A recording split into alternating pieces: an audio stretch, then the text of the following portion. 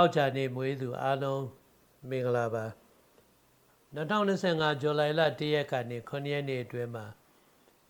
ရန်တိုက်ခံနဲ့ရှင်ပြီးလုပ်ရမယ်တပားသူနဲ့မတူတဲ့ရှုထောင့်တွေကနေလုံရဲအောင်မြင်မှုကိုရသလိုကိုဖြတ်သန်းလမ်းကြောင်းတွေမှာလည်းအနောက်ရှက်တားဆီးတိုက်ခံနေရှိမယ်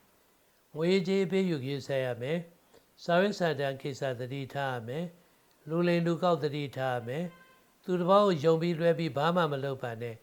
ဘေးဒီမေးကျင်တဲ့အကြောင်းလေးပေါ်လာရင်ဒီစမ်းစာနေဖို့ application ကိုအသုံးပြုပြီးတော့မင်းများလိုက်ရုံနဲ့ကိုယ်တိုင်ကိုယ်ကျလူတွေ့လာမေးတဲ့အတွေ့အကြုံမျိုးရရှိအောင်စ조사ပေးထားတယ်ဒါကြောင့်စမ်းစာနေဖို့ application ကိုယုံကြည်စွာသုံးချနိုင်ကြောင်းတင်ပြပါတယ်တရက်နေ့မှာအလိမ်ညာခန်းတာသတိထားမယ်လူရှုပ်တင်နဲ့တွေ့တတ်တယ်နှစ်ရက်နေ့အရာရာဆင်ပြေပြီးကောင်းခြင်းရှိလာတယ်အဲ့ဒီနေ့မှာခေါင်းစည်းကောင်းရှုပ်ပြည့်တယ်အထူးကောင်းတဲ့ရက်ကောင်းဖြစ်တယ်အနာရောဂါကင်း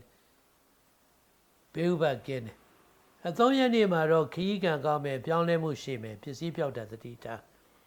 ၄ရက်နေ့မှာဝေကြီးလလဘကံဘဝကံတိုးတက်ခြင်းနဲ့အောင်မြင်ခြင်းကိုကြုံမယ်9ရက်နေ့မှာရံပတိဘက်ကတွေနဲ့ထိတ်တိုက်တွေ့တတ်တယ်အနှောင့်အယှက်တွေနဲ့ရှင်ပြီးမှအောင်မြင်မယ်6ရက်နေ့မှာအပြောင်းလဲနဲ့တိုးတက်မှုရှိမယ်ရည်မှန်းချက်အောင်မြင်မယ်9ရက်နေ့မှာရပိုင်ခွင့်တွေလက်ဝယ်ပြန်ရခြင်းအကျိုးပေးခြင်းရှိမယ်ဇာသပတိနေ့ဗုဒ္ဓနေ့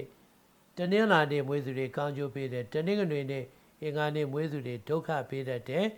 9နှစ်9ကနန်းနေ့ကျိုးပေးတယ်အဖြူရောင်စိမ်းရောင်မိခိုးရောင်တို့ကိုသုံးပြီးလိုရာရှိရာအလိုရှိရာကိစ္စဆောင်ရွက်ပါလက်ကင်ဘွားဖြူတတဲမွေးနှံသာဖြန့်ပြီးလူနဲ့ဆောင်ခြင်းဖြင့်ကောင်းခြင်းကံတွေရပါမယ်ကျေးဇူးတင်ပါတယ်